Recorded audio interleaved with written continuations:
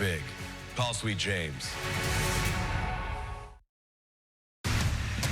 Good morning. I'm Frank Buckley. The Democratic National Convention now underway in Chicago. Former President Barack Obama will address delegates tonight. His remarks in support of Vice President Kamala Harris coming after President Biden passed the torch last night in a fiery speech. We'll have a recap and a look ahead just ahead. Good morning, everyone. I'm Carlos Herrera, live in Pasadena this morning. A new chilling video of a vicious attack. A man attacking a random woman here at the Metro A line station. We'll show you the video coming up next. Good morning. I'm Lena Bovin. We are live here in Larchmont, and coming up next, COVID-19 cases on the rise again for LA County, and the variant flirt might be the reason why. Good morning. I'm Jessica Holmes. Tourists said to be ruining a popular road that's featured in movies and commercials. We'll explain what's happening just ahead. Hey, good morning. I'm Jeremy Parsons. Lindsay Lohan with an update on that Freaky Friday movie they're working on. Plus, Jim Gaffigan. He joins us live with a look at his brand new crime comedy film. All that and more just ahead.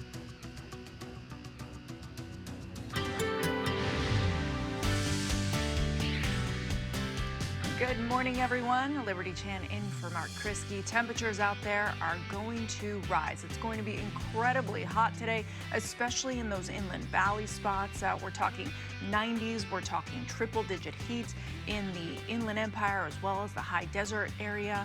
Inland Orange County topping out at 94. You're already sitting at 72 degrees. Coming up, we will show you that 70 forecast. I'll let you know when you could see some cooler conditions. But first, Ginger.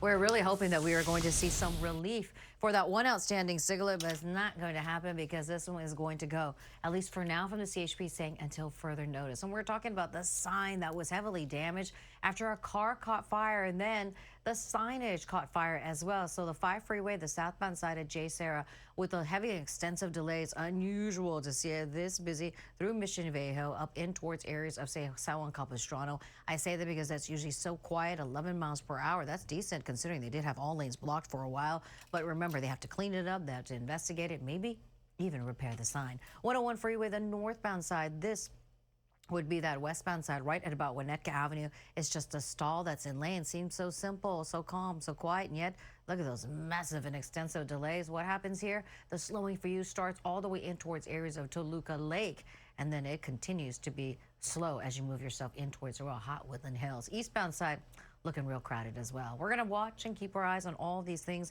as it is so active in so many spots. I'll send it back to you guys.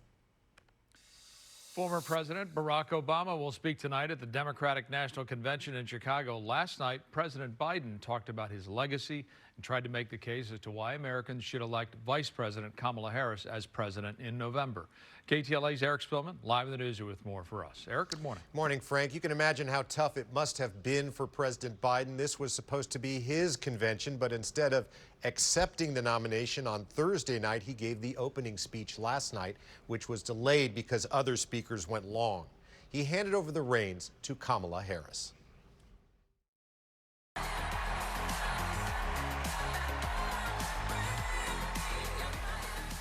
At the end of the night, the man who gave up the race for the White House stood on stage with the woman he endorsed for the job, and the two of them hugged. President Biden said he'd given his heart and soul to the country for 50 years. And I've been blessed a million times in return for the support of the American people. I've either been too young to be in the Senate because I wasn't 30 yet, and too old to stay as president. But I hope you know how grateful I am to all of you. With the crowd chanting, "Thank you, Joe," Biden went over his accomplishments in office, from lowering drug prices to investing in infrastructure. But he said choosing Kamala Harris to be his vice president was the best decision of his career because she's tough, experienced, and has integrity. He said Donald Trump poses a threat to democracy and that Trump's vision of America is way off base.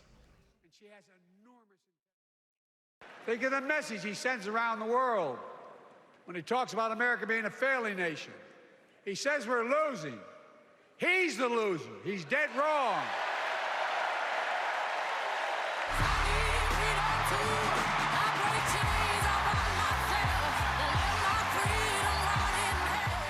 Earlier in the night, Harris made a surprise appearance on stage and also paid tribute to Biden, thanking him for his leadership. And this November, we will come together and declare with one voice, as one people, we are moving forward. One of the themes last night was the need for abortion rights. Several speakers spoke out about difficult pregnancies and the restrictions that they faced. One woman, Hadley Duvall of Kentucky, said she became pregnant at the age of 12 after she was raped by her stepfather after years of sexual abuse. That was the first time. I can't imagine not having a choice. But today, that's the reality for many women and girls across the country because of Donald Trump's abortion bans. He calls it a beautiful thing. What is so beautiful about a child having to carry her parent's child? With the Democrats in the spotlight, Donald Trump tried to push back. He made a campaign stop in Pennsylvania and slammed Harris on crime and the economy. Her radical liberal agenda ruined San Francisco. It ruined California when she was the Attorney General. It crushed our middle class, demolished our border, set the world on fire, and now she wants to be promoted to the job killer in chief.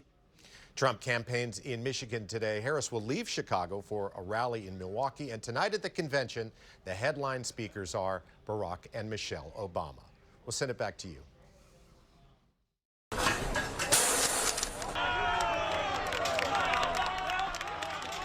Protesters broke through a fence set up by police near the site of the Democratic National Convention as thousands took to the streets to voice their opposition to the war in Gaza. At least 4 protesters who managed to get through the fence were detained and handcuffed by the police.